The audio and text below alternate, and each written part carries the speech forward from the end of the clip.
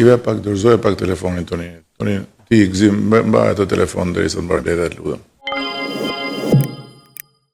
Merak është duhet sigurta. Pra mos jesh në gjendje të eksportosh, konsumosh vetë. Dhe pastaj mbas fazës tranzitore mos jesh në gjendje të konsumosh as vetë, asgjë nga ato që ti prodhon këtu dhe që nuk janë njësh me standardet e Bashkimit Evropian, të sigurisë. Pse? Sepse nuk je më një treg më vete. Je pjesë e një tregu me 450 milion njerëz. Dhe do t'i nështrohesh ati tregu. Pra nuk mundet dikush në Dibër apo në Gjirokastër të thotë unë nuk I nështrohem rregullave të tregut shqiptar dhe unë do t'i therë baktit te trotuari I shtëpisë time. Pse? Sepse kjo nuk lejohet në Shqipëri. Dhe njësoj është raporti I gjithë BE-s me Shqipërinë në këtë rast, apo me vendin që del nga faza tranzitore, që nuk lejohet të bëj këtu asgjë që nuk është 100% e përputhur me rregullat e sigurisë që ka tregu. Që do të thotë që ne duhet jemi të vetëdijshëm sot për këtë dhe duhet punojmë nga sot për këtë që fermerët tanë, që sipërmarrjet tona në fshat të jenë të qartë se në rast se nuk janë gati, nuk kanë asnjë rrugë tjetër përveç se të ulin qepenin. Patjetër që e thënë kështu duket e pamundur, por po të shohësh realitetin e fshatit sot, fakti që ka sipërmarrje të cilat eksportojnë dhe nuk kanë asnjë kontestim për cilësinë e prodhimit të tyre, do të thotë që kjo është e mundur. Por ama nëse sot ky është fakt për sipërmarrjet elit të bujqësisë, nesër do të jetë fakt për çdo njeri që prodhon tomate dhe I shet në tregun e fshatit.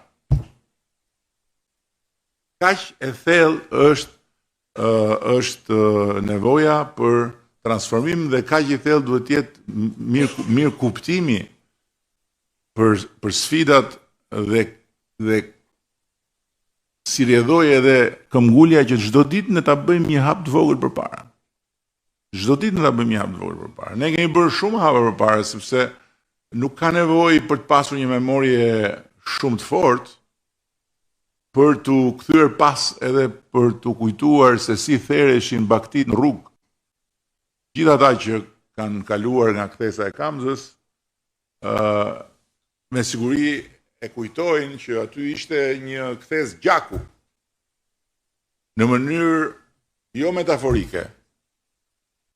Literalisht, aty rrifte gjaku I baktive nën rrotat e makinave dhe baktit thereshin në natyrë, trotuar.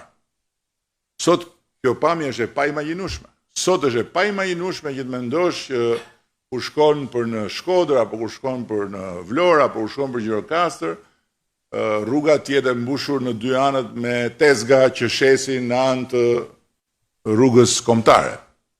Pra, transformimi I këtyre viteve është shumë I madh në raport me ku ishim, por në raport me atë që na pret është I pamjaftueshëm.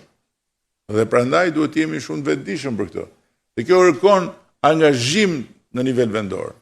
Kjo kërkon që të gjithë bashkitë ta kapërcejnë, se tani reforma u bë vite, ta kapërcejnë atë kufirin e mentalitetit që bashkia funksionon në fshat si ndërmarrje komunale, që bashkia në fshat duhet të siguroj pastrimin, duhet të siguroj ndriçimin, duhet të siguroj infrastrukturën, duhet të siguroj shkollën Kopshtin Qerdhen, qendrën shëndetësore, por bashkia nuk ka lidhje me ose duhet pastroj kanalet, po, duhet pastroj kanalet, pastron kanalet, shumë punë është bërë dhe në këtë drejtim nga bashkit, por nuk ka lidhje me zhvillimin bujqësor, me zhvillimin elektoral, me zhvillimin rural, me agropërpunimin.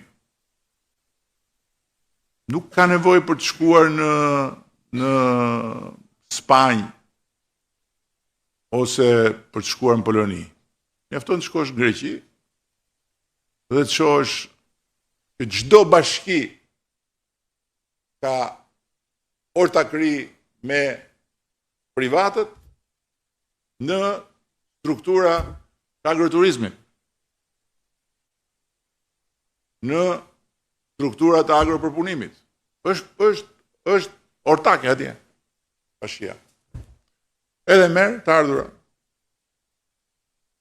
Mjafton të shkosh në Itali dhe të shohësh që çdo bashki është pjesë e aktivitetit sipërmarrës së fshatit. Nuk ka në Itali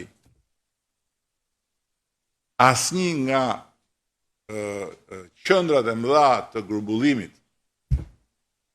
që nuk është bashkia PAL ose nuk është bashkia komplet pronare.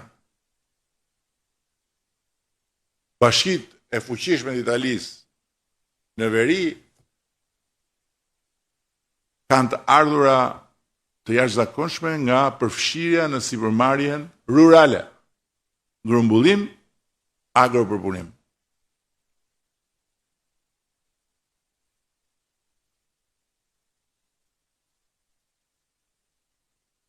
Kështu që për këto çështjen e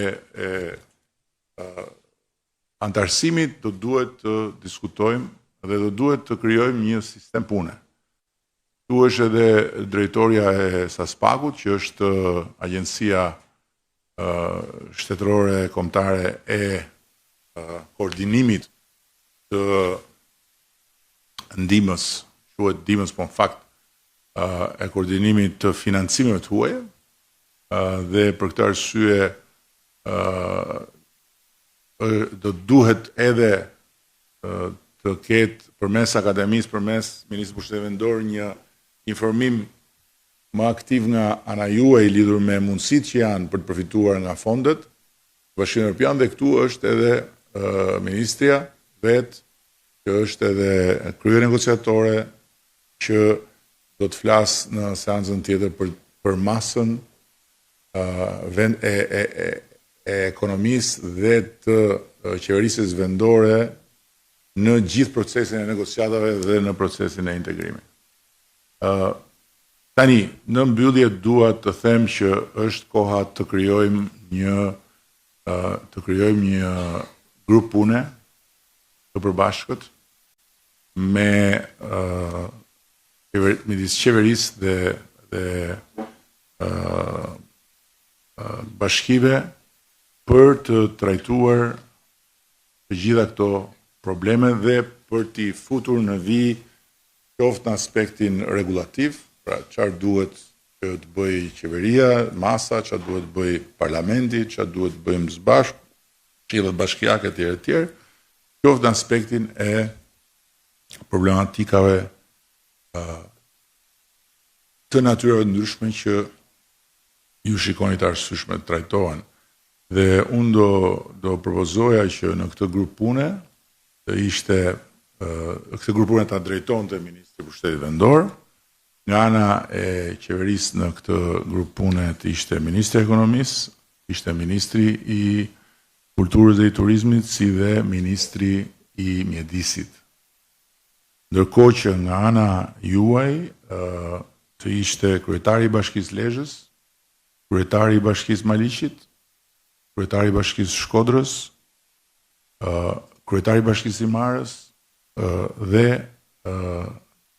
kryetari i Bashkisë Durrësit, të bashku me një kryetare tjetër që s'kemi ku shkojmë pa e përfshirë këtu, kryetari i Bashkisë Roskovecit. Pra, Pierini, Gëzimi, Beneti, Evangjeli, Emiriana dhe Majlinda, gratë i lashë në fund, jo për garancia kuptohet, po s'mund të vija asnjë grua përpara policisë shtetit, pastaj na hapeshin probleme.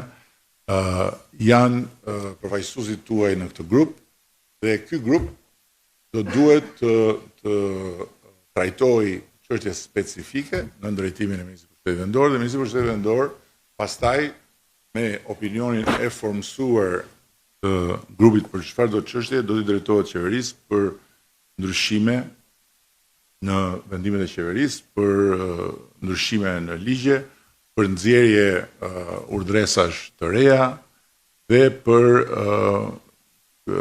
krijimin e sinergjive të reja që lidhen dhe me atë që thash për shtetin sipërmarrës. Kështu që besoj që mund ta mbyllim këtu këtë